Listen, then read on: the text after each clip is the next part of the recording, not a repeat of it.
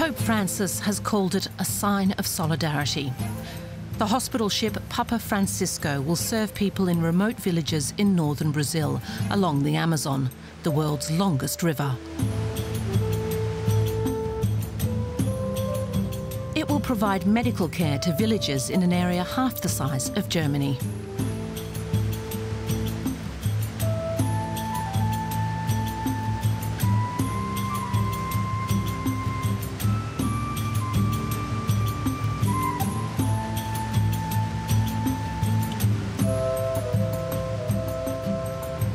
Rottbeck works full-time on the hospital ship.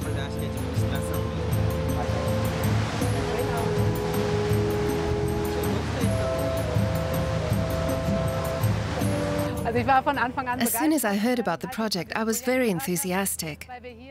It enables me to work as a Franciscan and as a doctor in a region where the people are very poor. With this hospital ship, we can provide the people with what they really need, good health care. The Franciscan nun gave up her post as senior physician at a hospital in Germany and took on the job of chief medical officer on board the Papa Francisco, an exciting challenge.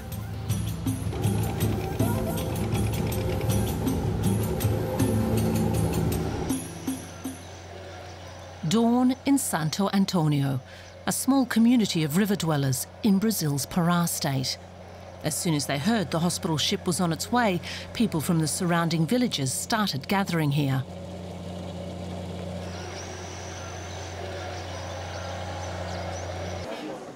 The assembly hall has been crowded since early morning. Free medical treatment brought virtually to the front door is almost too good to be true. But first, Mass is celebrated. For the Franciscans, healing and evangelization are two sides of the same coin.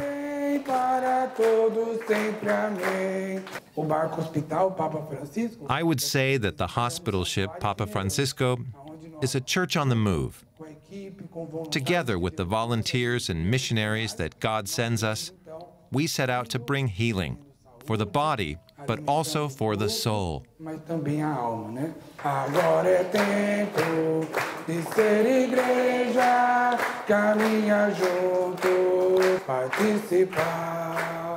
Brother Joel is chief coordinator on the hospital ship.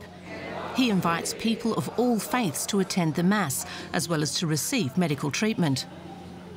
The priest is a member of a fraternity called the Franciscan Friars of Assisi in the Providence of God, which commissioned the ship. Most of the 300,000 people in the Diocese of Óbidos are desperately poor, and most of the priests who minister to them are Franciscans.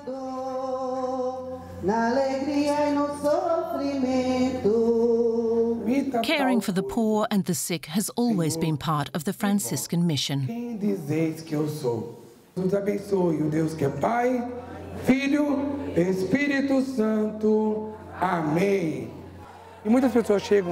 Lots of the people who come here don't have any health issues. Sometimes it's a personal problem they want to discuss. I think faith is very valuable to the people. It helps them to realize they can overcome their limitations. This is a multifaceted mission: medical treatment, pastoral care and evangelization. But first, the pre-exam. Weighing, measuring, checking blood pressure. Yellow fever, hepatitis and meningitis are rampant in this region, and the hospital ship carries vaccines. The people's needs are acute. The nearest hospital and closest doctor are in the town of Óbidos, half a day's boat ride away.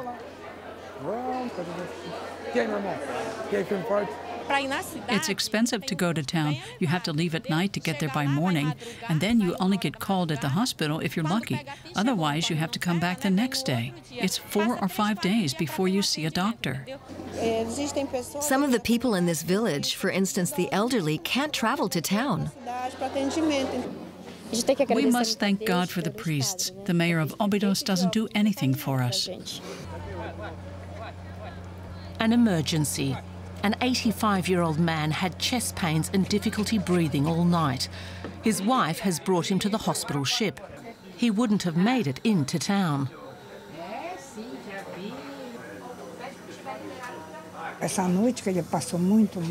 It was very bad last night.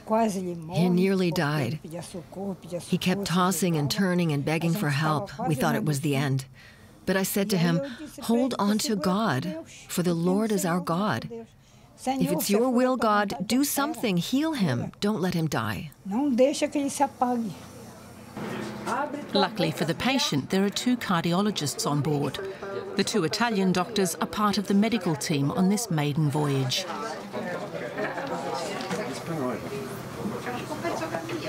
An ECG confirms that the old man is suffering from heart failure.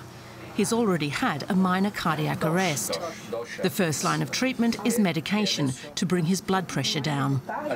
He should take it morning and evening. And we'll take an X-ray to check the heart and lungs. Okay? Next door is a dentist. He's also from Italy. Like his 2 colleagues, this doctor has given up his summer vacation to work on the ship without pay. His reward is the knowledge that is needed. Dental problems are acute in this region. Poor nutrition and a lack of basic dental care produce disastrous results. A lot of people have teeth completely destroyed. So the most is extraction of the teeth. And even on very young girls or boys, teeth are very, very much damaged. The doctor's offices are below deck, all on one corridor. One busy office is the ultrasound department. Adrienne Almeida is nearly 8 months pregnant, and this is her first visit to a doctor. Ultrasound is only available in Óbidos hospital, but she can't afford it. On the hospital ship, it's free. The heart rate's good. You don't know whether it's going to be a girl or a boy? No. Look here, this is his penis. It's a boy. Congratulations. And here's his profile. Everything's perfect. It's all good. The examination results are good too. I don't see any problems. I'm so happy. I thought it was a girl, but it's a boy. Another little boy for me. I'm so happy. Also, I know that everything's okay. She's visibly relieved to have one less worry, but it's not as simple as that.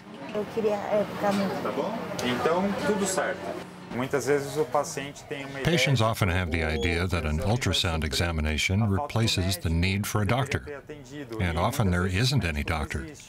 In Obidos, for instance, there are almost no specialists. There aren't any gynecologists. So something routine, like delivering a baby, is done by a surgeon because there are no obstetricians.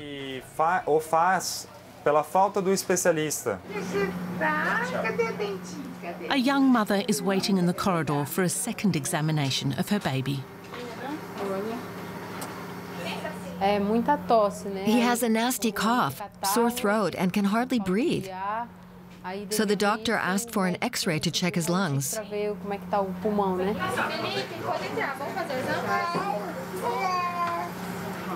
The ship doesn't only carry a team of 10 doctors, it also has the necessary medical equipment. The nearest hospital doesn't have an X-ray machine.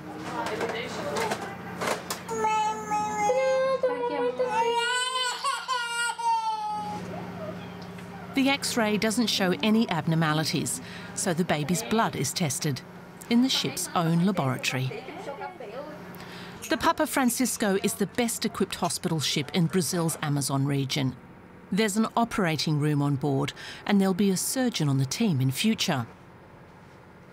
Sister Ana Cristina da Silva is one of 2 nurses on board.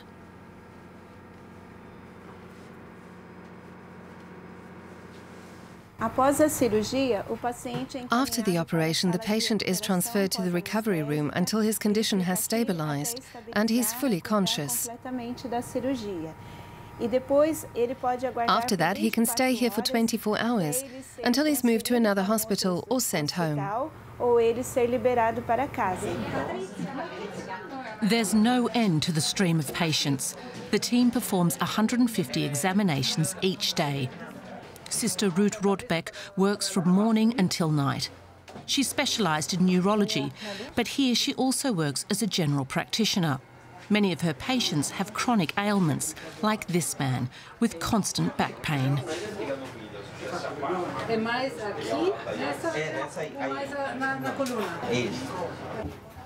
Then there's a dermatological case. As there's no relevant specialist on board, the doctors use telemedicine. The Italians donated the equipment. The girl suffers from an aggressive and painful foot fungus. Videos, photos and an initial diagnosis are sent to an international community of experts with a request for treatment recommendations.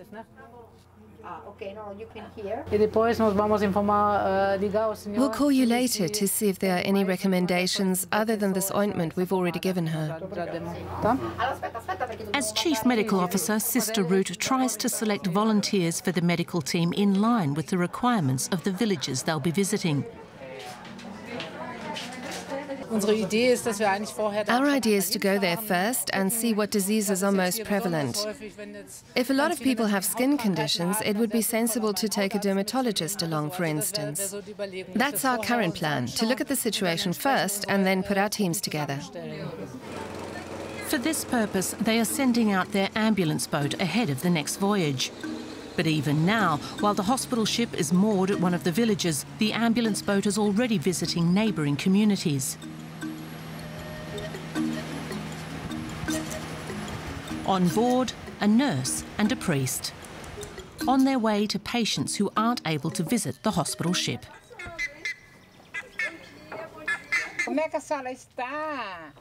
Nelly Liao is 94 years old. Sister Lucia Maria de Conceição examines her.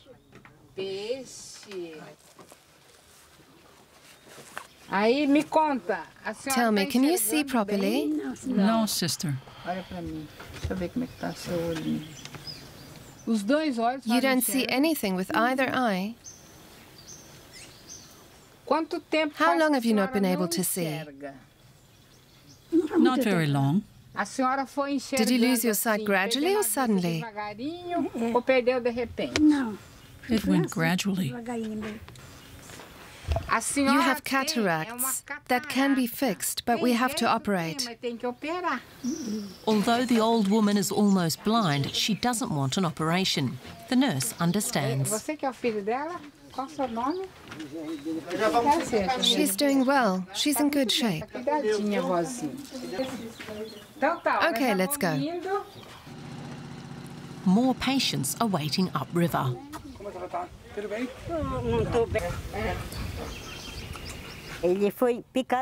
He was bitten by a snake. He came here at 11 o'clock. He was very sick. He lost consciousness. I treated him with herbs that my father showed me, and now the swelling's going down. The bite was here. Emergencies like this occur frequently. One has to act fast. This is the medicine I make. It contains 4 herbs, and in one of them there's lots of antibiotics. The herbs are effective. The patient is feeling so much better that he doesn't even want to go to the hospital ship. The healer goes instead. She has a cyst on her thyroid gland. Her 81-year-old neighbour comes along. She suffers from various complaints, but can't manage the trip into town to visit a doctor.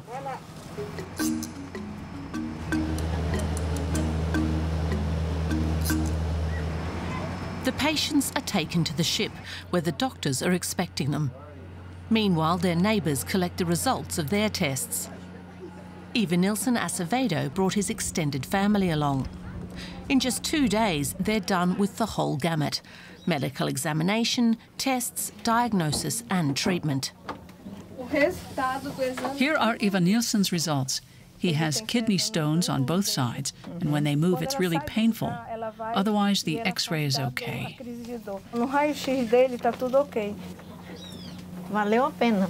It was worth it. I've been examined. So have my daughter, my daughter-in-law, my son, and the others as well. And my other daughter-in-law is having a tooth extracted right now.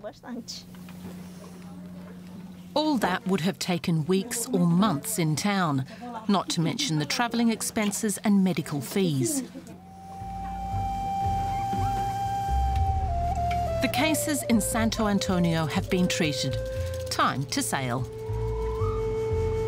The hospital ship serves 1,000 river communities, some beyond the boundaries of the Óbidos diocese, more than 700,000 people.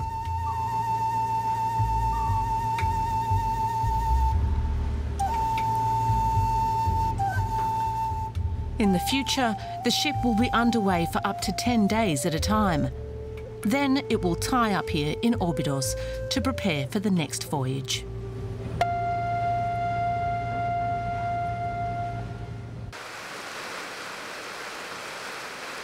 In spite of the heavy rain, many people have spent the night here to secure their place in the line. They have heard that on its maiden voyage, the hospital ship will also be treating patients in Óbidos. We don't have any more capacity. The crowd is frustrated because all the appointments were soon taken. There will be Mass later, but we'll continue seeing patients. The main celebrant today is the Bishop of Óbidos. Johannes Bahlmann was appointed to this diocese in the Amazon region 10 years ago. Dom Bernardo, as the German cleric is known in Brazil, is very much a pastoral bishop. He has actively supported the hospital ship project.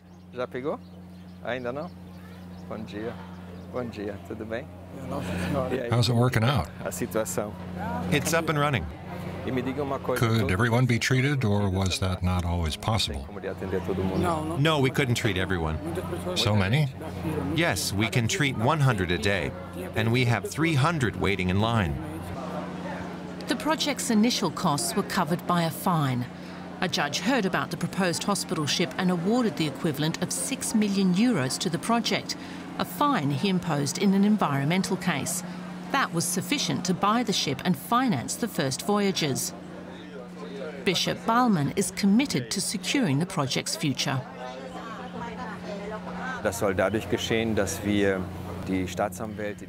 We'll approach prosecutors and judges and encourage them, in cases where a fine is imposed, to invest that money in this project, because it's a truly concrete project that really helps a lot of people. Johannes Bahlmann is also a Franciscan. The German-born priest has lived in Brazil for nearly 40 years.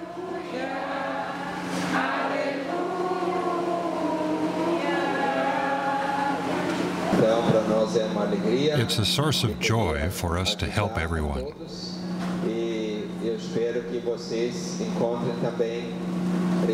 And I hope that you will receive the healing that you need for your life, and that God can have a place in the lives of each one of you. In addition to theology, Bishop Bahlmann also studied agricultural science, and he represents his region at the Pan-Amazon Synod in Rome, attended by bishops from the 9 countries of the Amazon region. Their agenda is comprehensive. It ranges from poor infrastructure to deforestation of the rainforest and protection of its indigenous peoples, all problems that have become more acute since a right-wing government came to power in Brazil in 2018. Can't we take a different approach? This is not about us saying we as bishops or as the Church are against progress or against development. But we have to question ourselves. We can't do these things irrespective of the cost. We have to ask ourselves about sustainability and what we can do to build bridges so that the problems we have in the Amazon region can be solved.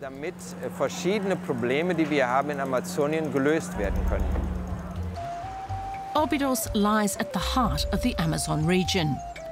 The Great River is only 2 kilometres wide at this point. Here in the state of Pará, deforestation and forest fires are among the most egregious in Brazil. The Catholic Church is determined not to ignore these issues. The Pan-Amazon Synod is tasked with stimulating action. For many years, the Church has played a major role in providing health services in this town of 50,000 residents. 5 years ago, the Fraternity of St. Francis in the Providence of God took over the municipal hospital. The congregation runs 20 hospitals in Brazil. This one in Óbidos serves the hospital ship as a base. We can admit patients to this hospital who need longer treatment, for instance, intravenous antibiotic treatments for several days, and patients who need to be observed over a longer period. Also expectant mothers, when we know the birth will be complicated, patients can stay here for several days. Here, there's a doctor on duty around the clock, even if Óbidos Hospital is not as well equipped for diagnoses as the ship. The little X-ray patient from the hospital ship has spent 2 nights here inhaling infusions.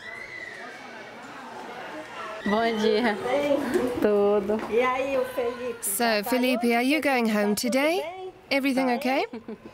Let me see back here.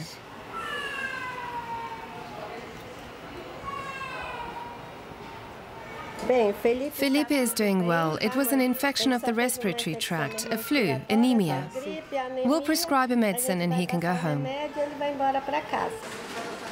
Óbidos Hospital is state-recognised and receives subsidies.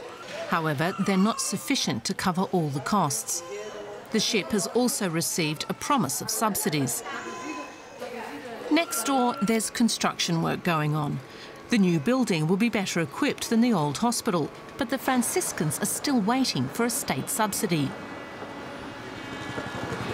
Back on the hospital ship, Brother Joel Souza is assessing the first 6-day voyage, on which 800 patients received treatment.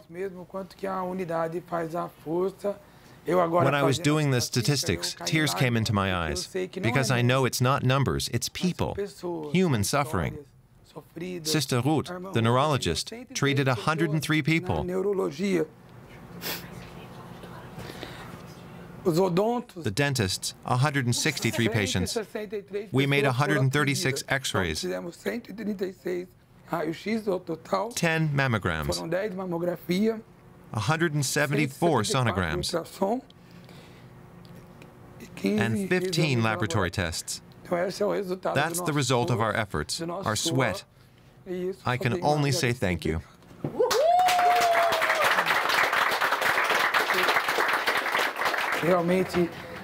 We made it happen. People have experienced a sign of solidarity. There are no words to describe it. My heart rejoices. And each person who is treated here certainly has the same feeling of gratitude and of this unique opportunity in our lives.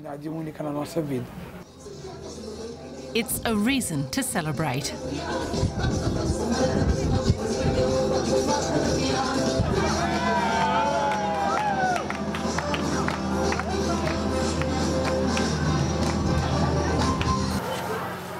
The maiden voyage was a tremendous success.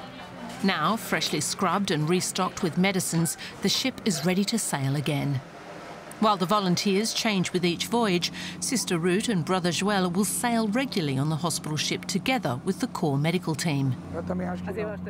Together they assess the lessons learned for the upcoming trips. Something else I noticed. I don't know how you view this as a doctor. Gynecology is urgently needed, right? Absolutely. Radiologists, gynecologists, general practitioners.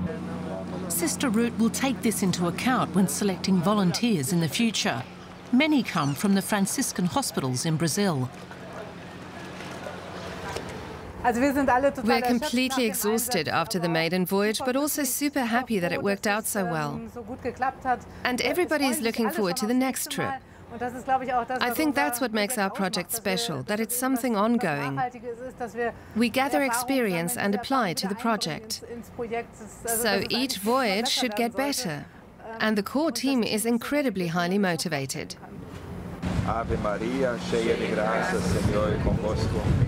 At the farewell gathering, Bishop Bahlmann is also present to thank all those who took part.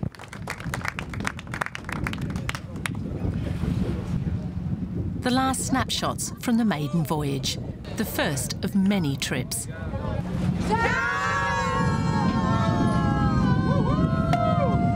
Then they set off for the official dedication ceremony in the state capital, Belém. Meanwhile, the Papa Francisco has taken up its important mission and begun sailing regularly to the Amazon's isolated river communities, serving people who until now have had hardly any access to healthcare.